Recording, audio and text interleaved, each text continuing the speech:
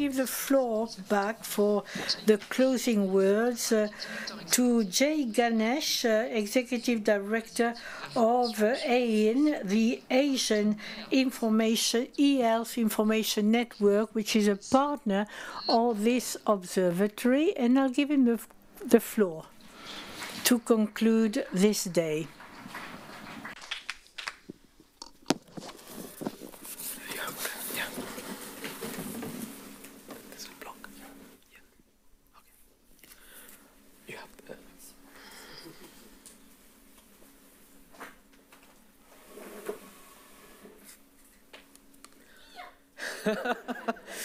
Thank you for the motivation.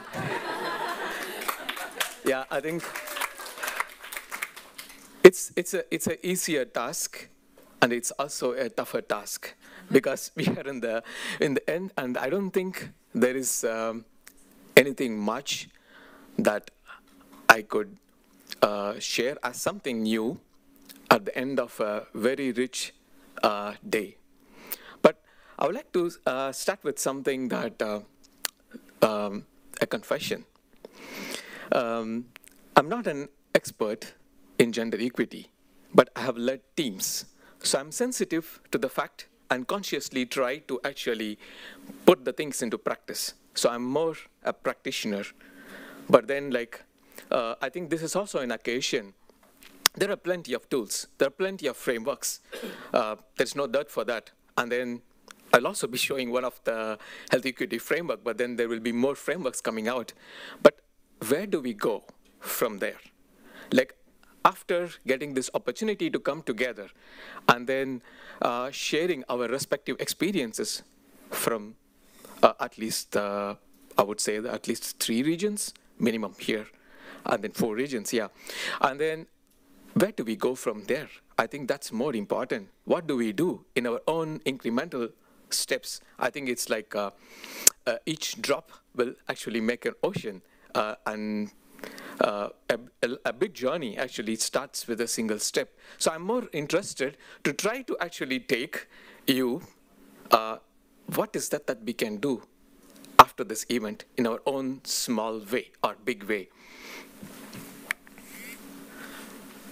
So a reminder that while we are talking about gender equity and digital health, but our focus is health. So just a reminder, it's not that you have forgotten, just that would like to start with a reminder of that.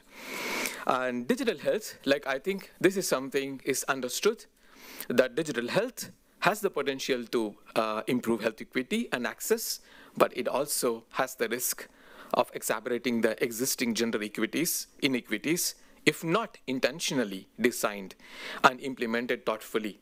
I think, and then gender disparities, I think everyone mentioned about it, that exist. We all know, we take cognizance of that, but what do we do next? And then in terms of digital health interventions, I think we also heard from Arman and then from Atipan, there are, and then of course from other 2 projects also that we had very clear benefits. But then how it is implemented, how we make sure that those inequities that could come in are actually addressed makes all the difference. And then with respect to gender bias in digital health technologies is very well recognized, and then especially how sometimes women feel excluded. And yeah. So talking about some of the frameworks and the literature survey, I wanted to actually do without this, but nevertheless, I found this study very interesting. And this is little outdated, but nevertheless, they consider these 4 key factors of occupation segregation, leadership, decent work, discrimination, sexual harassment, bias, and gender pay gap. But of course, this data may be more or less the same or a bit of an update, but I wanted to convey the key messages here. Women comprise 7 out of 10 in terms of healthcare workers. And women deliver global health, whereas mostly it is men who lead it. And generally, men hold most of the majority of the senior roles in health from global to community level. But I wouldn't say this is only for health workforce. Even in digital health, I've seen, even for men, it is actually sometimes difficult to move up. That's something that I would say from the personal experience, that it takes time and effort. And then in terms of women in healthcare, it is primarily women are working in primary care, nursing, midwifery, and whereas men dominate the surgery.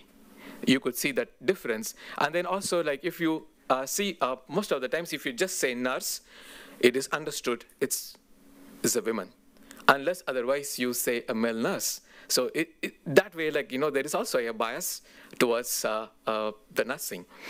And then men dominate the senior, high status, higher paid roles. And then in terms of occupation segregation by gender drives, the gender pay gap leads to loss of talent. For example, few men entering into nursing. Just to give you some stats, this is the latest from GSMA.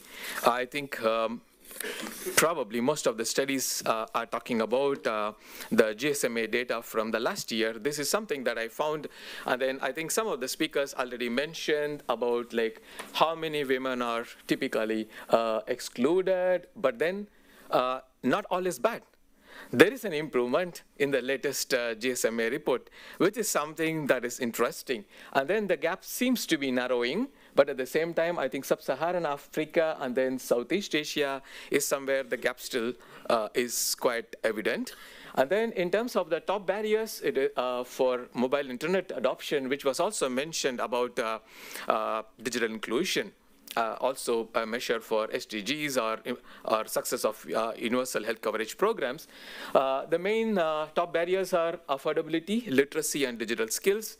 And then in terms of use of mobile, it is the safety and security, and then affordability and just say, because of the translation, they can't hear you. Thank you. Connectivity experience, these are the barriers. And this is again a slide which a lot of stats, but I would like to draw upon this particular example of women in STEM, science, technology, engineering, and mathematics. Here we are talking about like nothing about us without us. And then talking about gender segregated data, research. But if you see the stats, women are actually underrepresented in every one of them, whether it is jobs, whether it is number of researchers, are the ones who are actually holding this, getting paid well. What is that we can do? I think there are many academicians here. And then also the foundation, AeHIN has been working together with the foundation to support capacity building in digital health. And I think this is one area I would say that I think we have to make conscious effort to support more women. If they have to be entrepreneurs, they have to be the ones who will guide the design and everything, or do research to support, but then they need to be there, taking up those studies, and then being in the job to be able to actually make the difference. So that's the reason that I thought I will also bring out this. And I think this is a very well-known phenomena. Women are inherently multitaskers. I think it's there in the genes, like we all know, our mothers, sisters, grandmothers, and everyone. They are the ones who are holding everything together in the family. And then it actually, since they do many, many, many things, it also defines what kind of jobs they will take up, whether they will do full-time jobs or part-time jobs. And then, this is something, I think it also decides, like, for example, in terms of equity, men probably do not take that much of responsibility of home care or, such kind of roles which women generally take. But then when it comes to performance evaluation, what happens? women do much more, and then they have to actually match up, right? So this is something I found it very interesting. And we still work in a model where women are the homemakers and men are the breadwinners. But then things are changing. And then especially in digital health. And if this is not addressed, it's really meaningless to have gender equity being practically put into use. Again, this is what I was mentioning about. They are actually overburdened with that kind of a role, which, like for example, during COVID, like this, there was a lot of study. And then there were people who sent out surveys, and almost like, I think, more than 80% of the households, it was only the women who was taking care of the things at home, like including childcare, educating them. So zero sum, I think 80%, like this is what I read, it could be a bit different. It could be 75% now, or it has improved. 80% of the top officials of all the global health corporations or companies are all men. So zero sum typically involves somebody loses, somebody wins. So in a situation when we are talking about gender equity, if we create a situation where somebody has to lose or sacrifice, it's very difficult. We can talk about this, but practically, I think it was also mentioned about gender transformative, right? So I think we need to have men involved, make them feel important, let them get that opportunity also to bring others, make sure that there is equity. I think this aspect has to be is important. And then, like, when we create more interactions at the professional level, it depends on how the team composition, like later on, if there is a time for a couple of minutes, I can share a simple example from their own work, from AeHIN and then elsewhere. If they are actually consciously included as part of the team, consulted, made important, and then also there is a culture of frankness and transparency, rather than just, okay, there is a rule, organizational expectation, you have to comply, and then the HR briefs you. But more than that, if we make this effort to actually form a team in such a way and give them an opportunity to actually frankly share their experiences, and if they experience any bias, that actually works. This is what I mean by zero sum, because this is a bias which is very common. And then, of course, as I said, there are many, many frameworks, and this is one of them. I found it quite interesting, but then it considers a variety of factors.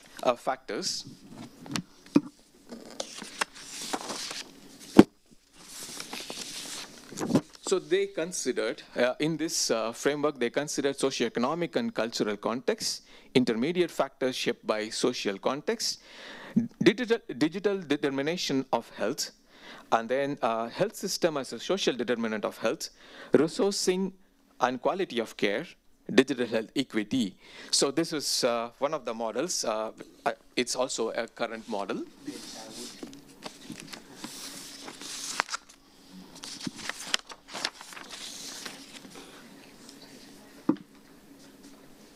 Yeah, so I'm also giving the reference. It's quite comprehensive. Yeah, it's quite, yeah, thank you. It is quite comprehensive. It articulates actually several factors. The main point is we need to actually consider them together or holistically, because they are interlinked. So if we consider them holistically, then actually it has the this model, if put into practice, it has the opportunity to mitigate the gender bias. Yeah, we have plenty of frameworks, tools, but then what is that we could do in our own way? This is where, like, I would like to actually narrate an experience in the team. Like, if you look at AeHIN, especially in the last couple of years, we have consciously made effort every single project that we do, including with our partner foundation, PFAB, we made sure it's mostly led by a woman. Or we made sure majority of them, or at least 50% of them, involve women.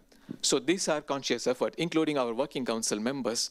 In the last few years, we have actually increased the number of women. And then also, when we send the invitations for the conference, we also make sure that every panel is actually balanced. But then there are limitations. Like, for example, we ask for a nomination to the Ministry of Health. We may not necessarily get a woman. But then we have tried to actually now specify. We try to say that, okay, we want somebody with this, and preferably we are women. These are, I would say that, small incremental steps, but we have done, and it is yielding. And right now, I would say that, including our membership, and then also our working council, our trainings, all that, like about 30% are women. So we hope to actually increase it. And hopefully over the next few years, we would like to bring some parity or closer to 50%. This is what I would say in our humble experience. We have tried to put the gender equity in practice. And then I would like to take this opportunity to thank Foundation PFAB, our partner, for inviting and giving this opportunity to share today. Thank you very much. Merci. Merci beaucoup. Thank you very much. Thank you, Jai, for these closing words. Thank you to all participants who, some of you have come from very far away to attend it. Thank you to all prize winners of these projects. We can give them a round of applause.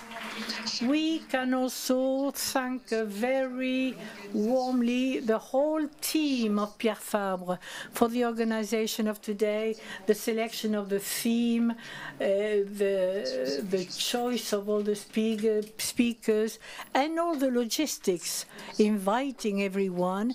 I thank you, the translators as well, for their work all along today. Let us not forget that this conference is available in replay on the site of the observatory. If you want to share some extracts, some comments, you can do it. Thank you to all internauts. We had more than 500 people listening to us today. Thank you for listening to us from the campuses of all over the world. Thank you to all. Do not forget to leave behind your headsets when you go away. Good evening and see you soon. Thank you very much.